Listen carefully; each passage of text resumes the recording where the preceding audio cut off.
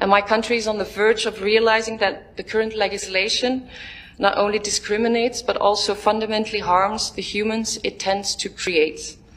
But it's a fierce fight, because we're fighting against the multi-million-dollar fertility industry. Most of the governmental organizations that get funding and should advocate for the rights of all children lack commitment, but also the guts to represent us correctly. Not wanting to wait anymore for everybody else to do their jobs, we took our fate in our own hands and our right as well. So in May 2017, a first European donor conceived, succeeding in tracing her unknown, anonymous biological father.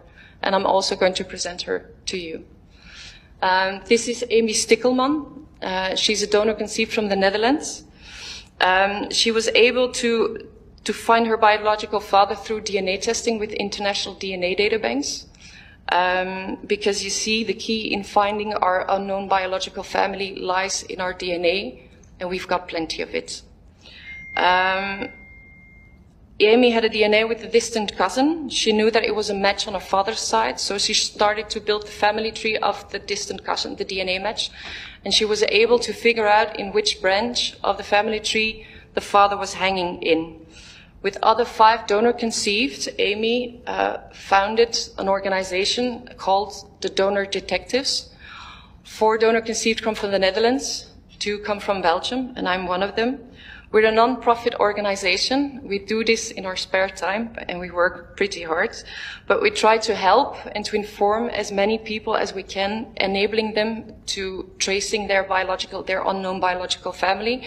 And that goes for donor conceived, but we also get questions of donors. We get questions of the legal children of donors who are also having an interest in being able to track down their half-siblings, those who know that their fathers or their mothers donated sperm or eggs.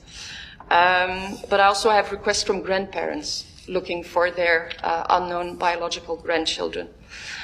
So far, we were able to help 156 donor conceived to find another half-sibling, and 23 donor conceived were able to find or trace their unknown biological parents. The numbers are clean-cut, but behind them there are stories of great complexity, disenchanted grief, and deeply affected lives. Donor conceived have to deal with all of this on our own with no professional help, because those responsible are getting a free pass in accountability.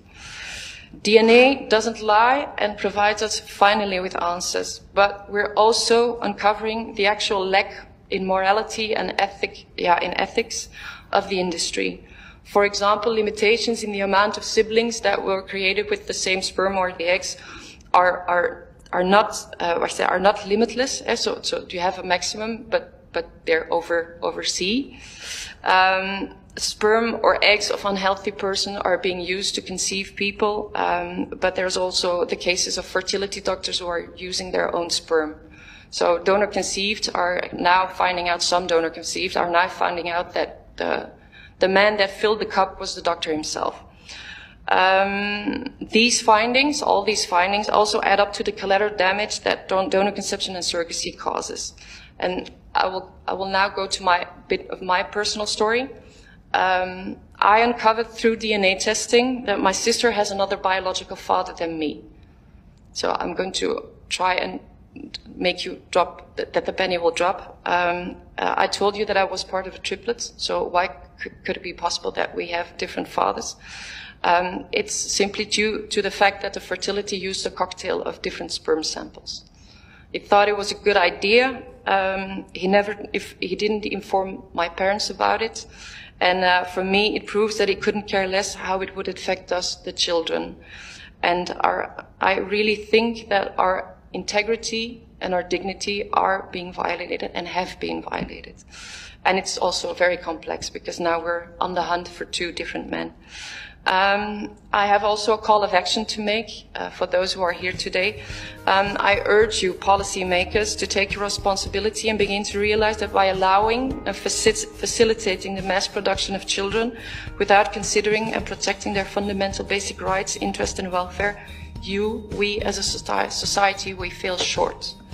And I also want to urge you in trying to fund donor-conceived organizations, or at least give us a voice or a correct seat at the table when our interests are being discussed.